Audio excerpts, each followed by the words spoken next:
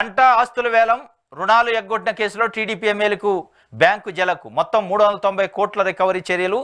ఇప్పటికే పలుమార్లు నోటీసులు ఇచ్చిన ఇండియన్ బ్యాంకు అయినా స్పందించిన గంట ఆయన బంధువులు ఆగస్టు 8న ఆస్తుల వేలం వేస్తామని బ్యాంకు ప్రకటన జారీ.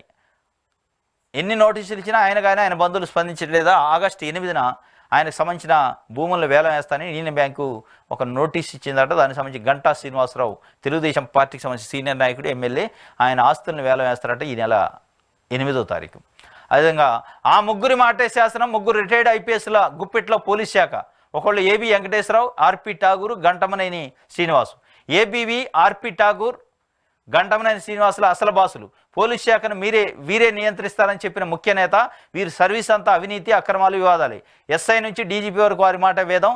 ఈ త్రయం ప్రాపకం దక్కితేనే పోస్టింగులు. వైఎస్ఆర్సీపీ నేతలపై అక్రమ కేసులు పెట్టాలి, వేధించాలి, మాటలు ఇవ్వాలి, వారి మాటే వినాలి. ఇవి చేస్తేనే పోస్టింగులు. వారు సంతృప్తి చెందితేనే చిన్నబాబు, పెద్దబాబు వద్దకు. ముగ్గురు రిటైర్డ్ ఐపీఎస్ ఆఫీసర్లు. ఒకళ్ళు ఏబి వెంకటేశ్వరరావు జగన్మోహన్ రెడ్డి ప్రభుత్వంలో అనేక రకాల ఇన్వెస్టిగేషన్లు ఎదుర్కొండు ఐపీఎస్ ఆఫీసర్గా ఉండి, ఇంటెలిజెన్స్ చీఫ్గా గతంలో చంద్రబాబు నాయుడు ప్రభుత్వంలో ఉండు.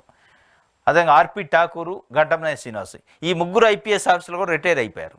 రిటైర్ అయినప్పటికీ చంద్రబాబు నాయుడు గారికి సంబంధించిన కూటమి ప్రభుత్వం law and order issue, police వ్యవస్థను మొత్తం వీళ్ళ చేతులు పెట్టిందట. వీళ్ళ కనుసరణలో పనిచేయాలని చెప్పి మరి వీళ్ళని అఫీషియల్గా సలహాదారులకు ఇంకా నియమించినట్లేదు. నియమిస్తారు అనుకుంటా.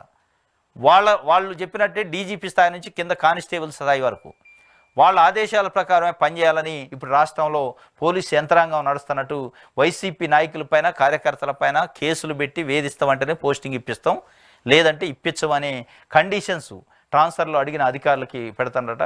ఇది ఒక వార్తగా ఇచ్చింది.